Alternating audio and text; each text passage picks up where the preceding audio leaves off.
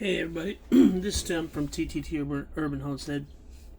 Doing an update on the seed starting process that I usually use, and we're just going to go over what the current status is. It's been about 4 days. So we're going to start taking a look at the seedlings the seeds that we put in and what's happening. So with these are the cherry tomatoes right here. As you can see, they're pretty much popping up. We got a good almost 100%. So even right here, they're popping up. So what I'm going to end up doing is pulling this one out and putting it in another tray, and then leave the this is the watermelon. We've got one watermelon popping up, so I'm just going to leave that in there, let it keep. I want to get a few watermelons popped up first before I move them out from under the dome. Okay, and then on the squash, we've got, this is the Crookneck, and we've got 1, 2, 3. I don't see any movement on these, and then on the straight neck we've got 1, 2, 3, but I see movement here, so it's pretty good percentage. I'm actually not going to have 6 plants each. I don't ever do that. Usually probably 3.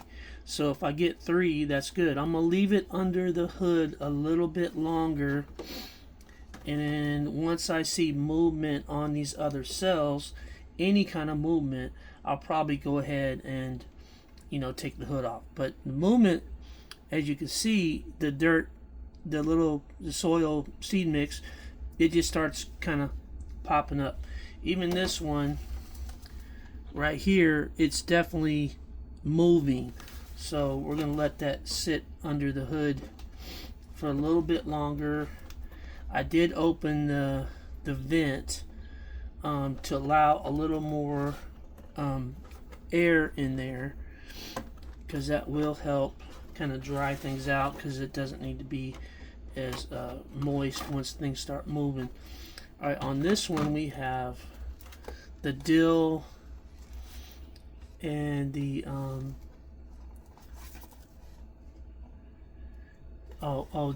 marigolds.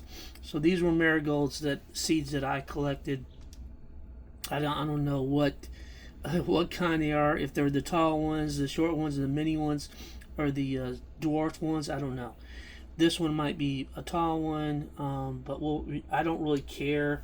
I'm just growing them. Once I get marigolds to where, see, these are at a pretty good stage. I'm waiting on these. These are marigolds, but these are what they call jolly jesters.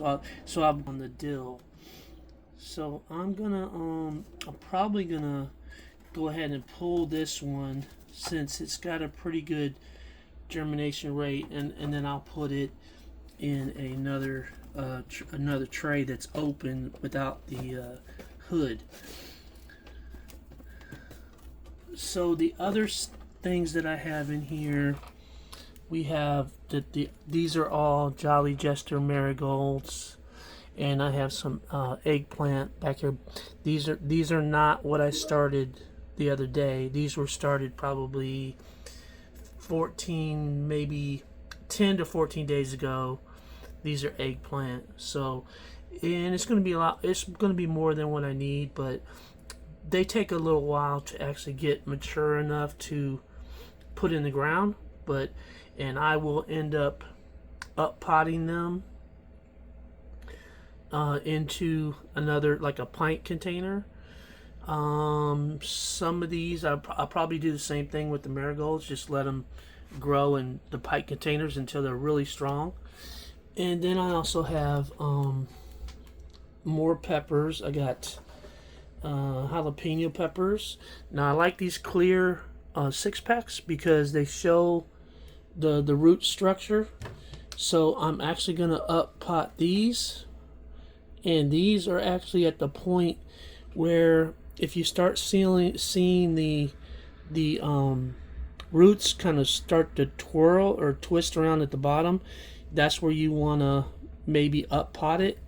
So some of these I would up pot, some of them I won't. I'm gonna wait. Some of them don't have anything at the bottom, so I'm just gonna wait, but I might up pot the ones that are ready. So it's all kind of, once you get them going, I kind of treat them all individually. I don't do everything, I don't up pot everything at the same exact time. Like right here, see, you see 2 of them over here have a really good root structure, but we're kind of waiting on the other ones. So those 2 I might go ahead and up pot, and then leave the other ones till they develop a little more. And then we have some okra. Normally you don't pre-start okra, but I do it, and because it sends a tap root down, which is a very long root. So, but I do it. I'm just very careful.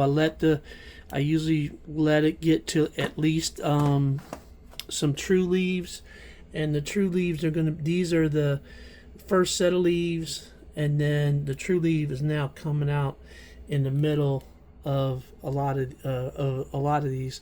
But I'll at least let it get the first set of true leaves, and then actually the okra will go straight in the ground. I'm not gonna up pot it or nothing like that. Okra's a very, very robust plant in Georgia in the heat.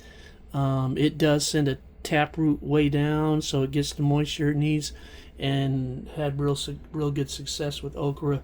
So anyway, that's an update on the 3 6-packs that we started a few days ago. And click the like, subscribe, and share.